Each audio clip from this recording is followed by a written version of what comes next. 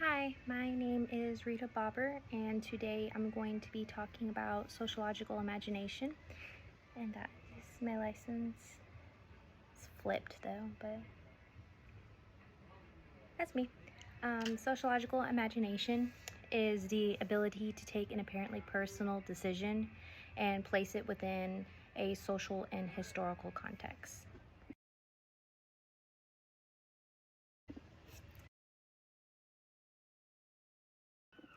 So, so when discussing the significance of sociology, in my experience, I'm going to be referring mostly to autism spectrum disorder. Sociology is the scientific study of human social relationships, groups, and societies, and the goal in sociology is to understand the behavior of groups of people and social institutions as well as how they interact. And autism spectrum disorder is a developmental disability caused by differences in the brain. So, when referring to autism spectrum disorder and the significance of sociology, with my experience with that, is that sociology has taught me so many things when it comes to autism spectrum disorder. My son is diagnosed with level 2 autism spectrum disorder, which is ASD, and he is also nonverbal. And he's 3.5 years old. I have 3 kids. My youngest, 18 months, she's on the spectrum. But when it comes to this presentation, I'm going to be mostly discussing my son as a reference for autism spectrum disorder and for sociology. And without sociology, I wouldn't understand autism spectrum disorder, and I wouldn't understand why he thinks the way he does and what causes him to behave and do the certain behaviors and everything like that.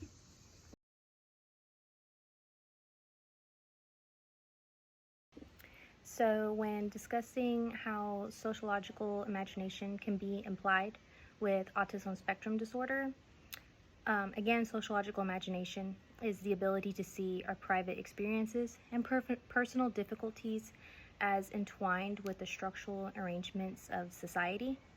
And with ASD, there are different factors and environmental exposures that can cause someone to be autistic. And sociological imagination can be implied by different studies and social interactions, and it impacts my life because of all the studies done with a person who does have ASD and how they behave and interact with society. So, like I kind of said before, I wouldn't understand why Grady, which is my son, why Grady did the things he did and acted the way he acted without sociological imagination and all the studies conducted and everything that it brought for me. So when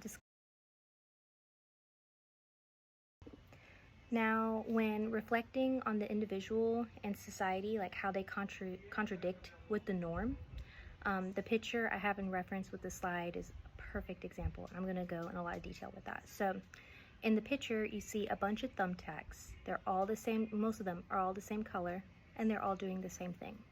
There's one thumbtack that is completely different, like it's a different color doing a completely different thing. That kind of explains the mindset and like the social norm for someone who has autism and in the rest of society, okay? So when reflecting on that, an example for this picture could be we go to a store and my son, which is also my reference, my son sees his favorite snack in the aisle on one of the shelves, which is popcorn. He sees popcorn. What he would do when he sees the popcorn is he's going to be stimming. He's going to be vocally and physically stimming. And that's kind of just like a decompressant for him because he's feeling all sorts of emotions because he sees this popcorn in the aisle. Now, a normal member of society would not act that way when seeing their favorite snack.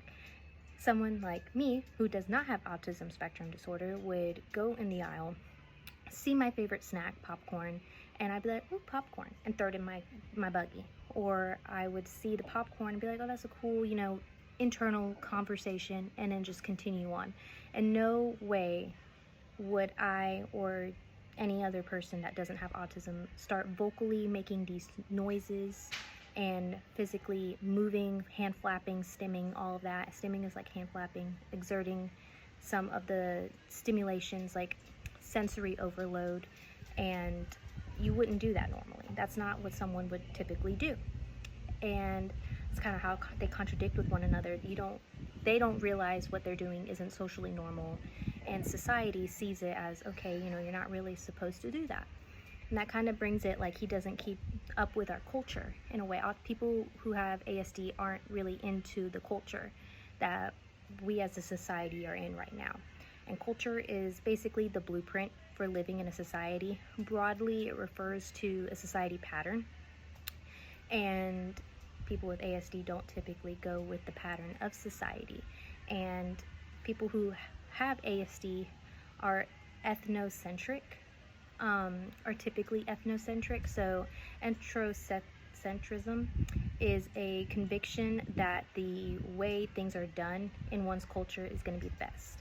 So using ASD as a culture, they see what they're doing is the best, what they're doing is right, what they are doing is going to be the way you're supposed to do it.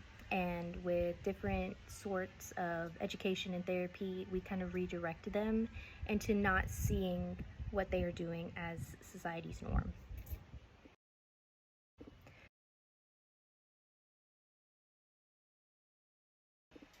Now, identifying examples of the individual's behaviors on a micro level, we'd be looking at stimming, which is what I talked about earlier, vocal, physical stimming, lining up objects in a specific order. People who have ASD typically will grab random objects, no correlation with them whatsoever, just random small objects, and line them up in a specific pattern that's very specific to them, not necessarily recognizable to other individuals, what pattern they're going for.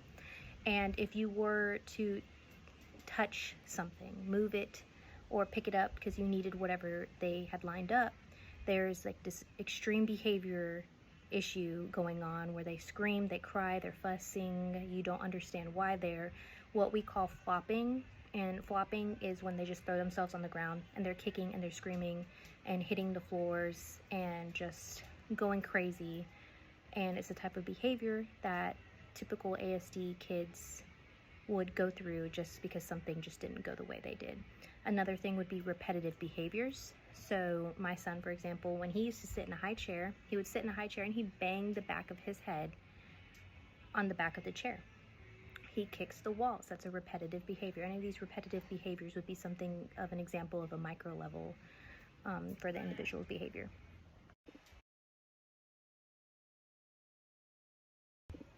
Now, going to a macro level, you're looking at things on like a larger scale. And in this case, I would be going with education, which is in reference to his therapy that he goes, specifically ABA therapy. ABA stands for Applied Behavioral Analysis. And it is the only clinically proven therapy that is beneficial for people who have ASD. That only insurance will only cover that for individuals with ASD to help improve them. It kind of conditions, is what we could say, conditions them to become a high-functioning member of society. ABA is a great therapy for individuals who have autism spectrum disorder. And the ABA kind of goes in reference with which I have on the slide, which is socialization and re-socialization. Socialization is the process through which people are taught to be proficient members of society, and it describes the ways that people come to understand societal norms and experiences. And Grady is my son's name. He has no socialization skills. Now, not to be confused with socializing, because socializing and socialization are different things. They go hand in hand with each other, but they are completely different things. Not completely different, but they are different. Socializing is like the sociological process of socialization, and they're not necessarily the same thing. And he learns socializing. He does socialize when he's in ABA, but they teach him a lot of socialization skills that normal members of society already get these skills. They kind of look around and they kind of see what the socialization skills would be in a certain setting, versus someone who has ASD, they would not know how to do that, and they don't pick up on social cues. They're very literal individuals, And ABA also teaches him resocialization. Now, resocialization is a process of learning new norms, new values, new attitudes, new behaviors, because the behaviors that he's currently doing aren't behaviors he should be doing to be a high-functioning member of society. And ABA teaches him these new things. It's a social shock for him, because what he sees as normal is now suddenly not normal to him. Like, he just realizes it, and he's going to have to learn the new norms to be a high-functioning member of society.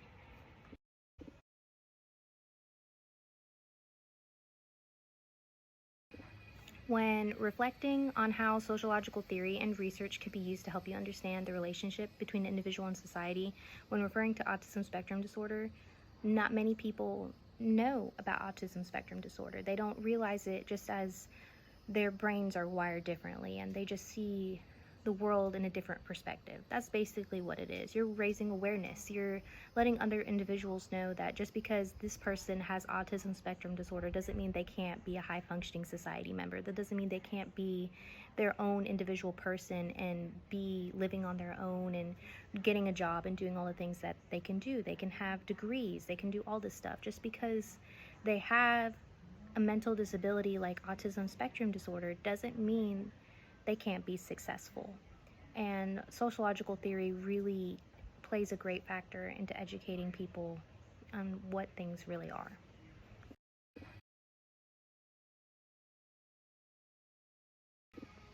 When figuring out a sociological theory and method that would best be used to understand the relationship between the individual and society, so an individual with autism spectrum disorder and society, I feel like the symbolic interactivism is going to be your best option.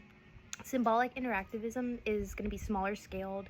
It looks at the active role of the individual and how it takes to what it takes to cope with, adapt, and adjust to society. It relies on symbols like gestures and behaviors and how relationships are constructed, terminated, then reconstructed. And it examines how the individuals are shaped by society. So going in more depth with that, with it being small scaled, it looks at the active roles of individuals it takes to cope with, adapt, and adjust to society. So coping mechanisms for individuals with autism spectrum disorder is mostly going to be stimming, any sort of vocal and physical stimming like I discussed earlier on. That is kind of how they cope with being overloaded with all their sensories. Most, if not all, individuals have a sensory processing disorder when it comes to ASD. Adapting and adjusting is basically just going to ABA and having them teach you different adaptation and coping mechanisms that are just stimming. You could do other things, and that's kind of how applied behavioral analysis is going to teach them how to do that. And symbolic interactionism relies on symbols like gestures and behaviors. So when looking at his certain behaviors and his gestures, you use sociological theories to understand why he does the certain things that he does and why does he behave the way he does. An example for my son will be he does not wave. He doesn't say hi, he doesn't say bye, he doesn't make eye contact when you say his name or when you're speaking to him in general. People with autism spectrum disorder do not like to make eye contact for the most part.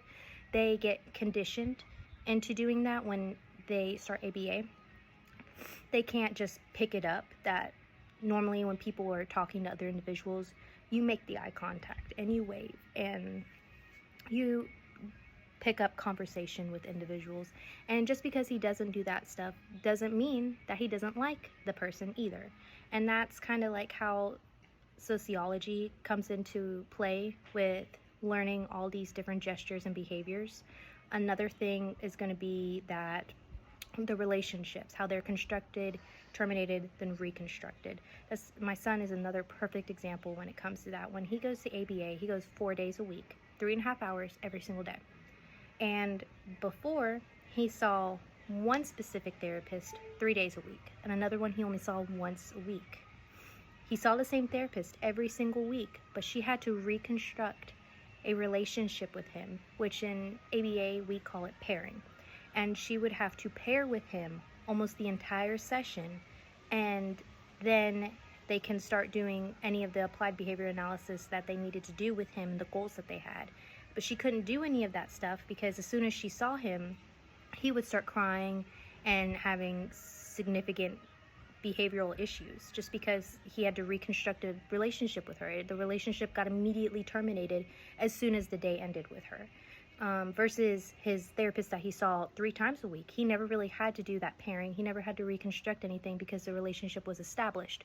So when using sociological theories like symbolic interactivism, you kind of understand, okay, why is it that even though he sees this one therapist every single week, that he still has to reconstruct a relationship versus the other therapist that he sees every single week, just more often, he doesn't have to reconstruct. Why doesn't he remember his first therapist? He remembers her to an extent, but why is all this happening? So it's very interesting when you can use all these sociological imagination stuff to help you understand and grasp what autism spectrum disorder is. And I truly think that symbolic interactivism is going to be your best bet at understanding what autism spectrum disorder really is and how the brain really works.